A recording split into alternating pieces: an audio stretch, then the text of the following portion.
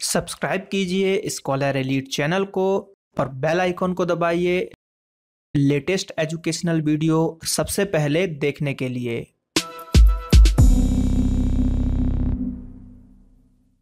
Hello friends, welcome to scholar elite. मैं ब्रजेश आपको यहाँ पर आज एसएससी सीजीएल का पार्ट 9 बताने जा रहा हूँ, जिसमें हम जीके और साइंस को इसको पढ़ेंगे। तो चलिए शुरू करते हैं। पहला क्वेश्चन जो है हमारे सामने, तो पहला क्वेश्चन अगर हम बात करें पहले क्वेश्चन की, तो पहला क्वेश्चन है कि मानव शरीर की दूसरी सबसे बड़ी ग्रंथि कौन सी है। तो मानव शरीर की देखिए दूसरी सबसे बड़ी ग्रंथि पूछी है, तो दूसरी सबसे बड़ी ग्रंथि है अग्नाशय या फिर पैनक्रियास। पहली ग्रंथि है सबसे बड़ी लिवर। ठीक है, चलिए अगले प्रश्न की बात करते हैं कि इनमें से कौन अनुच्छेद 356 से संबंधित है। युद्ध, बाहरी आक्रमण या सशस्त्र विद्रोह, राज्य में संवैधानिक मशीनीकरण की विफलता, वित्तीय अस्थिरता या भारत के श्रेय को खतरा, या उपरोक्त में से कोई नहीं। तो इसका आंसर है भैया राज्यों में संवैधानिक मशीनरी की विफलता। तो ये और जो वित्तीय आपातकाल 360 में लगता है, आर्टिकल 360, यहाँ पर 356 की बात की गई थी। अगला प्रश्न 2016 में अर्थशास्त्र में नोबेल किसको मिला था। तो 2017 का अगर अर्थशास्त्र के नोबेल की बात करें तो वो मिला था अनुबंध सिद्धांत को। ठीक है, किसको? अनुबंध सिद्धांत को। अगला प्रश्न है कि मूल नियंत्रण प्रणाली को लागू करने वाला पहला मुस्लिम शासक कौन था। तो अगर हम पहले मुस्लिम शासक की बात करें तो वो था यहाँ पर अलाउद्दीन खिलजी। कौन था? अलाउद्दीन खिलजी था मूल नियंत्रण प्रणाली को लागू करने वाला पहला मुस्लिम शासक। अगले प्रश्न की बात करते हैं, पौधे के किस भाग में मुख्य रूप से क्लोरोफिल पाया जाता है। पत्ती, तना, जड़ या फिर शाखा। तो पत्ती में जो है क्लोरोफिल पाया जाता है, जो कि प्रकाश संश्लेषण की क्रिया में भाग लेता है। और पत्तियों में स्टोमेटा भी पाया जाता है, रंध्र पाया जाता है, जिससे गैसों का आदान प्रदान भी होता है। अगला प्रश्न है कि अवध के आखिरी नवाब कौन थे। तो अवध के आखिरी नवाब जो थे वो थे वाजिद अली शाह। कौन? वाजिद अली शाह।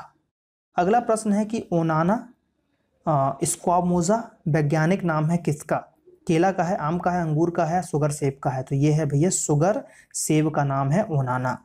अगला प्रश्न है ध्वनि तरंगों की गति सबसे तेज किसमें होती है। स्टील में, हवा में, जल में, निर्वात में। तो एक चीज बता देते हैं कि जो ध्वनि होती है वो ठोस में सबसे तेज चलती है। तो सबसे पहले आप इसमें देखो ठोस कौन सा है, तो स्टील है, यानी कि इसका आंसर होगा स्टील। और निर्वात में तो चलती ही नहीं है, और हवा में कम चलती है, मतलब स्पीड कम होती है। वाटर में स्पीड भी हवा से थोड़ी सी ज्यादा होती है। अगले प्रश्न की बात करते हैं, तो राइडर कप संबंधित है किससे। पोलो, गोल्फ, स्क्वैश या टेनिस। तो राइडर कप जो होता है वो गोल्फ में होता है।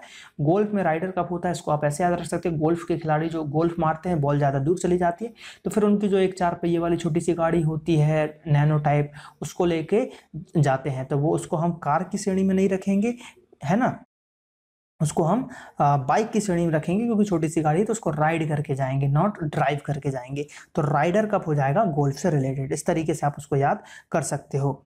अगले प्रश्न की बात करें तो अगला प्रश्न है कि निम्न में से कौन सा संवैधानिक संशोधन अधिनियम मूलभूत अधिकार के रूप में प्राथमिक शिक्षा से संबंधित है। तो प्राथमिक शिक्षा से संबंधित जो अगर हम बात करें यहाँ पर संवैधानिक संशोधन अधिनियम, वो 86 नंबर का है, यानी कि 86वें संविधान संशोधन के अंतर्गत ये सब चीजें हुई थी। अगले प्रश्न की बात करते हैं, तो यूएसएसआर की सहायता से बोकारो इस्पात उद्योग किस पंचवर्षीय योजना में लगाया गया था। तो बोकारो में जो है स्टील प्लांट लगा था, वो लगा था आपका तीसरी पंचवर्षीय योजना में। किस योजना में? तीसरी पंचवर्षीय योजना में। लियू जियाओबो नोबेल शांति पुरस्कार विजेता का निधन हो गया, वो किस देश से रिलेटेड थे। तो वो भैया चीन से रिलेटेड थे लियू जी। अगला प्रश्न है किसने INC इंडियन नेशनल कांग्रेस सूक्ष्म अल्पसंख्यक कहा था, को सूक्ष्म अल्पसंख्यक कहा था। तो वो कहा था भैया लॉर्ड डफर ने। डफर था, उसने कहा कि इंडियन नेशनल कांग्रेस जो है सूक्ष्म अल्पसंख्यक है। तो इस तरीके से आप याद रख सकते हो कि डफर ही ऐसा कुछ बोल सकता है। अगला प्रश्न है कि प्रसिद्ध दिलवाड़ा का मंदिर कहाँ पे है। तो दिलवाड़ा का तो सबसे पहले आपको पता होना चाहिए कि दिलवाड़ा के जैन मंदिर है। तो दिलवाड़ा के जैन मंदिर कहाँ पर है। तो वो है राजस्थान में। कहाँ पर? राजस्थान में आपको देखने को मिल जाएंगे दिलवाड़ा के जैन मंदिर। अगला प्रश्न है कि बेले जली के द्वारा 1800 ईस्वी में स्थापित फोर्ट विलियम कॉलेज का उद्देश्य क्या था। तो फोर्ट विलियम कॉलेज का उद्देश्य की अगर हम बात करें तो वो था यहाँ पर भारतीय भाषा और रीतिवाजी में कंपनी के लोक सेवकों को प्रशिक्षण देना, यानी कि भारत की जो भाषा है, हिंदी है, जो वहाँ के रीति रिवाज, जो उसकी संस्कृति है, उसका ज्ञान अंग्रेज लेना चाहते थे, इसलिए उन्होंने फोर्ट विलियम कॉलेज बनाया और उसका उद्देश्य ये रखा।